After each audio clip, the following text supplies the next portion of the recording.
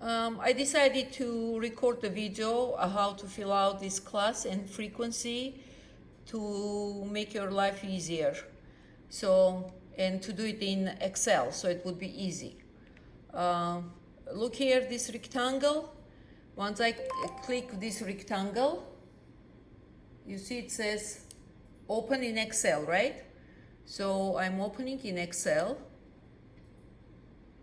All right, it wanna save it. Well, I saved it, but then I'll clean it because I don't need to keep it. And I click open. All right. Okay, because I have one Excel open, that's why. So I'm closing this Excel. Don't save it. And opening one more time. Open. Save it.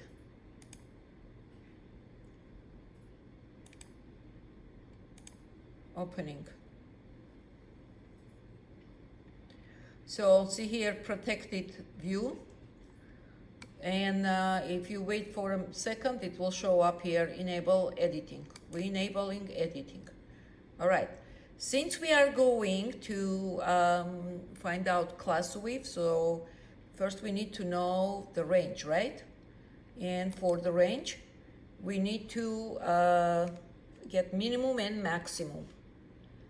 So for minimum and maximum, I'm going to navigate the mouse, click on it, and highlight an entire set. Okay, then I'm going to here, see it says sort, drop down from A to Z. There we go. As you can see, this is 295, it's gonna be my minimum. 514, it's gonna be my maximum. So I need to find the class width. So how I'm going to do class width? For class width, I'm going to put equal sign, because I'm going to calculate. Put parentheses. So going to take range, so clicking this maximum 514 here. I'm taking the cell, and then minus, clicking on the minimum, which is 295, taking cell number, not the value itself. Closing parentheses, and then dividing. We divide by 8 because we have 8, right, classes? Okay. And what do we get? 2738, and I'm going to take 28. Remember what I said? We are taking the rounding one higher. Not algebraic, but meaning-wise, because we are dealing with life existence, so we don't take only half of existence, right? So 28. Now, since once I have the class width, I'm going to build my class. So first I'm starting with the 295, right? You can type 295 or just click on the cell, it doesn't matter. So I type it 295, then next one is gonna be equal sign. I'm clicking on this cell, 295 cell, and put plus, I put 28. Yes? Let me zoom it so you can see, yeah? Okay, click enter. Okay, now, highlighting this one, and you see this small corner? See, as I navigate, it's become this type of cross, grabbing this end and dragging down. There we go. So our will be till, since our maximum 514, so in our case, it's gonna be 491. Okay, so we'll see.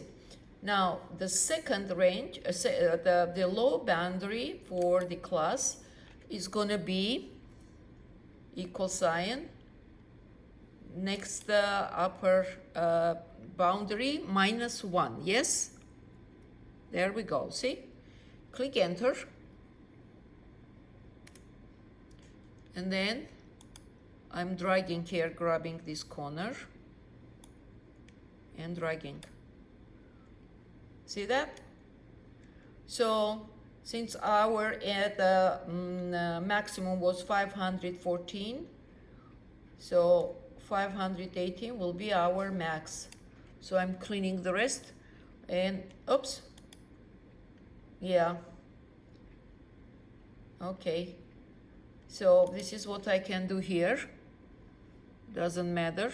I can take 490 plus 28. Look, because I can do this way. 490, click on 490, and plus 28, same way. There we go. 518, we have it. All right? And from there, all you are going to do is just frequency, right? Go here between 295 and 322. Go here, look it up, how many you have, and put here the frequency. But this is how to easily build the class wave.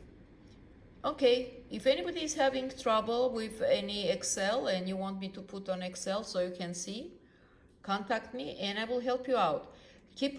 Please remember, your maximum is 514, but that's okay if you are going to 518. It's just your class will be incomplete. You will have less, the frequency will be low because you will have a frequency up to 514. And this will be your low boundary. Upper here will be all low boundaries. Here you will, upper boundaries, I'm sorry. And here you will have all low boundaries. Okie dokie. All right.